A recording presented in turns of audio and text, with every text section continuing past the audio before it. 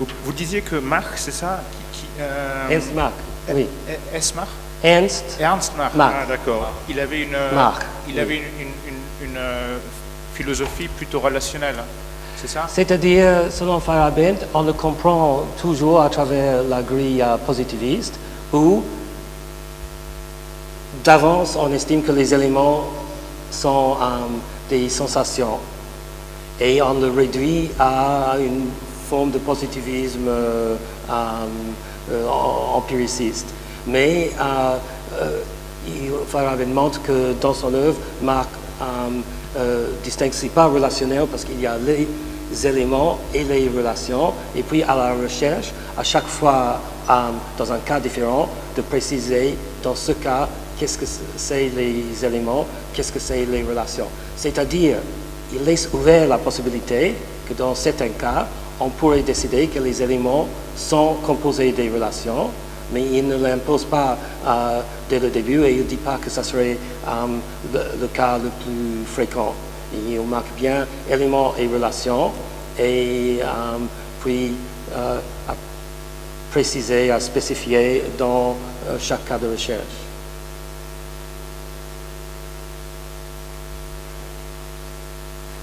Je me demande comment...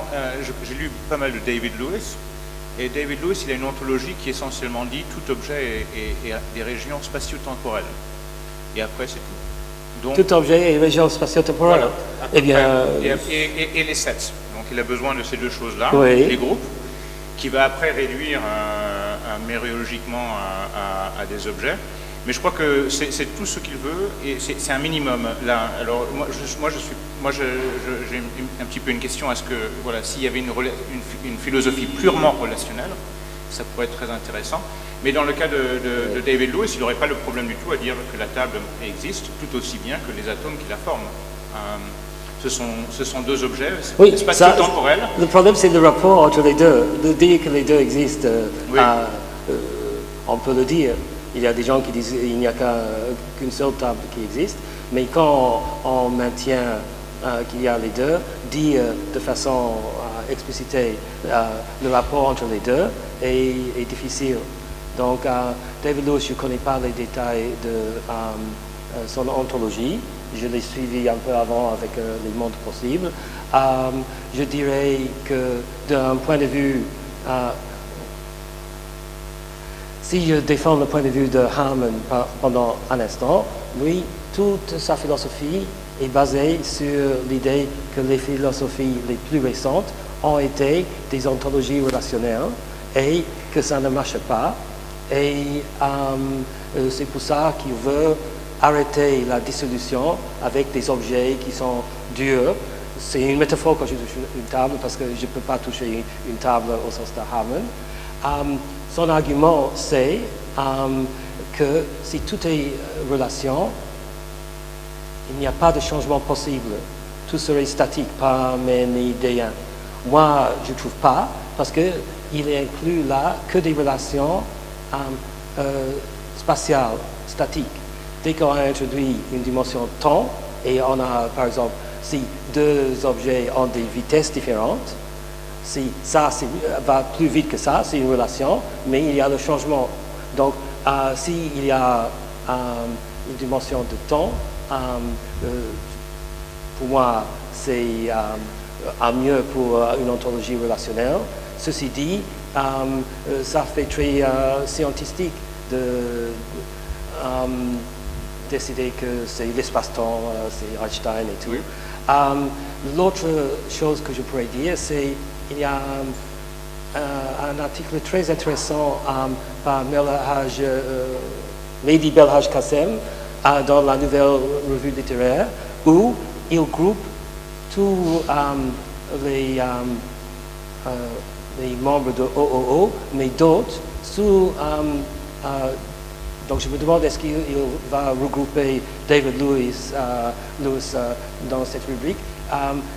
Il pense que tout ça, c'est une ontologie post-badiouzienne, pas parce qu'ils ont suivi ou ils ont lu Badiou, mais parce que Badiou dit à l'état pur cette notion d'une ontologie basée sur les ensembles.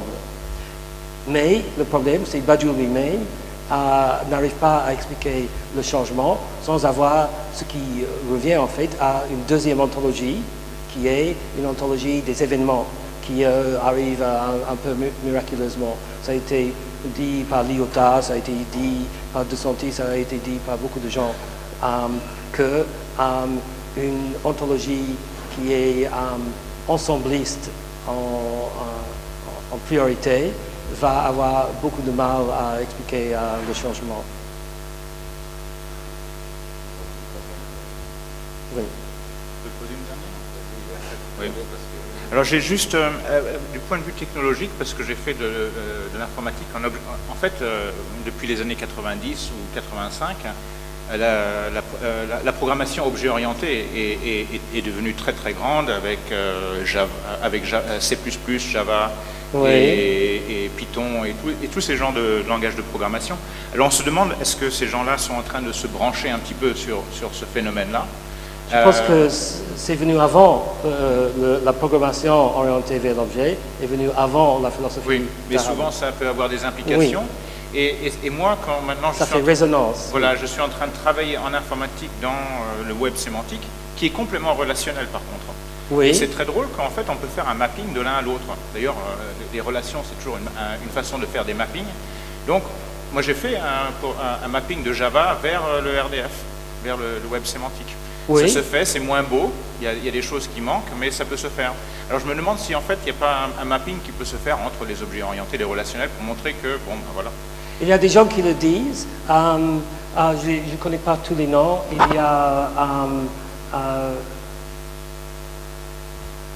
y a certains blogs, tout maintenant, puisque c'est à la pointe, il y a des blogs, la plupart sont pour de ceux qui s'expriment, sont pour la OOO, mais il y a ceux qui sont calés en informatique, y compris Alexander Galloway, qui disent qu'en fait, il y a une décalque des deux sur l'ontologie du capitalisme, et donc les deux seraient des instantiations, ou les trois si on garde le capitalisme au même niveau que les autres, d'une méta-ontologie relationnelle, non, objectuelle. Je ne pense pas que ça peut être relationnel. Je pense que les mappings doivent être relationnels, mais l'ontologie, même en programming objectuel, ne doit pas être uniquement relationnel. Je voulais dire un mot moi-même. Après, on sera obligé d'arrêter parce que sinon on va se mettre en retard.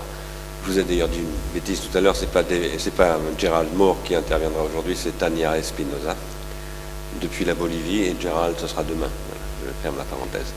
D'abord, je voulais remercier Terence parce que c'est un exposé extrêmement intéressant en soi, mais aussi pour cette école, pour cette académie de cette année-là particulièrement. Et je regrette beaucoup qu'un certain nombre de personnes qui seront là dans 3 jours ou dans 2 jours n'ont pas pu suivre votre intervention parce qu'ils auraient explosé. D'abord, il y a... De joie ou de joie, à mon avis. Ça Ça ne veut pas dire qu'ils auraient été d'accord avec été tout ce que d'accord. vous avez dit, mais ils auraient été enchantés, je crois, de vous entendre interroger comme cela. D'abord, Yu Kui et Harry Halpin qui interviendront ensemble et qui travaillent avec Tim Berners-Lee sur ces questions du côté de Philosophical Engineering et qui sont vraiment très très très proches de ce type de questions, un peu comme Henry et Story aussi, dans le même type d'approche. D'autre part, parce qu'on va parler, je l'ai dit en introduction tout à l'heure, de l'indexation des technologies, du web, etc. Et que, par ailleurs, le OOO, c'est une pratique, un mouvement, comme vous dites, qui est lié à ce que moi j'appelle une organologie. Oui.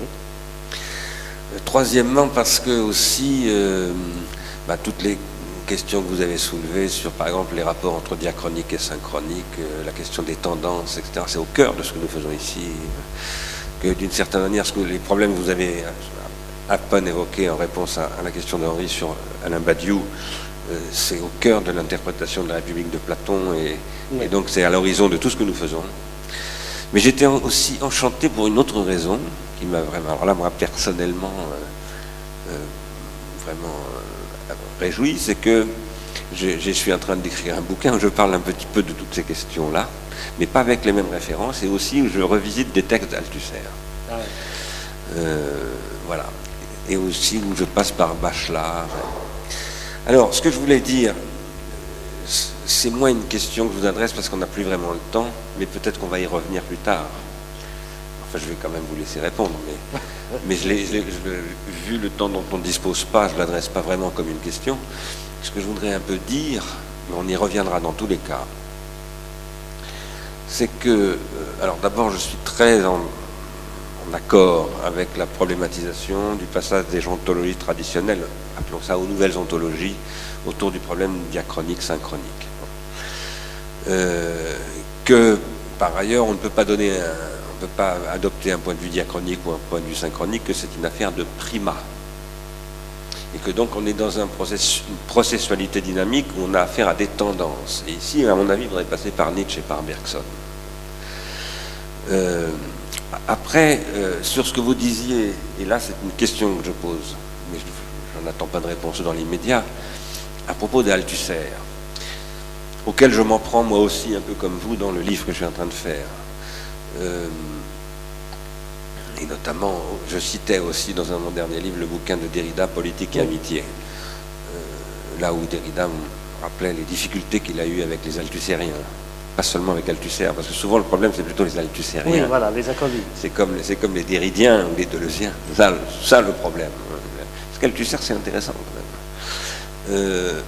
Et justement, qu'est-ce qui est intéressant? C'est que je pense que ce marxiste, c'est-à-dire ce penseur qui essaye de penser contre l'idéologie, c'est-à-dire contre l'idéalisme, puisque l'idéologie, chez Marx, ça désigne l'idéalisme au départ. Après, ça désigne autre chose, mais au départ, c'est quand même l'idéologie allemande et plus précisément Hegel.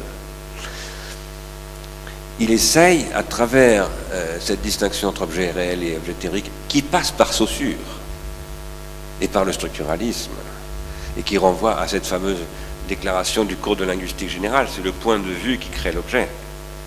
C'est ça le point de départ de toute cette démarche, qui d'ailleurs ne vient pas simplement d'Althusser directement par Saussure, mais qui passe par Lévi-Strauss, par Lacan, etc., etc.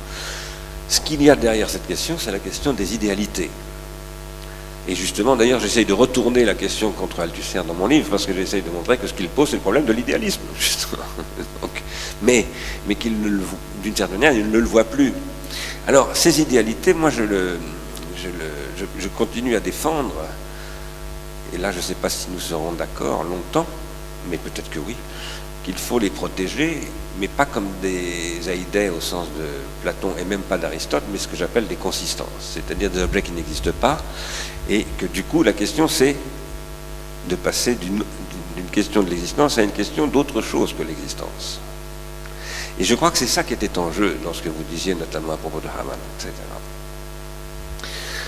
J'aurais eu beaucoup de choses à dire, mais je ne veux pas garder la parole trop longtemps. Ce que je voudrais simplement dire maintenant, et pour faire un petit peu écho à ce que disait Henri Story. Pour moi, dans toutes ces questions, si j'avais eu le temps, je vous aurais parlé de Bachelard aussi, parce que je pensais beaucoup à ce que dit Bachelard dans le Nouvel Esprit Scientifique, sur l'atome, dont il montre, voilà... Là, il est relationnel. Pardon? Là, oui. il a tout une à fait. ontologie relationnelle. Oui. Mais ce qui est derrière tout ça pour Bachelard, c'est l'instrument.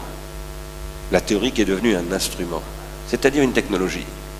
Et donc, derrière toutes ces grandes questions sur l'ontologie, qu'on trouve aujourd'hui dans les formes modernes récentes de l'épistémologie, il y a une question qui est liée à la technologie dans le rapport à la science. Et la science contemporaine, elle ne s'oppose pas à la technologie, elle est conditionnée par elle. Et c'est ce que Bachelard a essayé de penser. Ce que d'ailleurs Althusser essaye aussi d'intégrer parfois. Et du coup, par rapport à toutes ces questions, pour moi, il y a quelque chose qui est absent, évidemment, sur mon obsession, donc ça ne vous surprendra pas, c'est l'organologie. C'est-à-dire que toutes ces questions sont cadrées par des organes, des artefacts, des pharmacas, des organas, on le dirait dans le langage d'Aristote, qui surdéterminent la question de l'ontologie.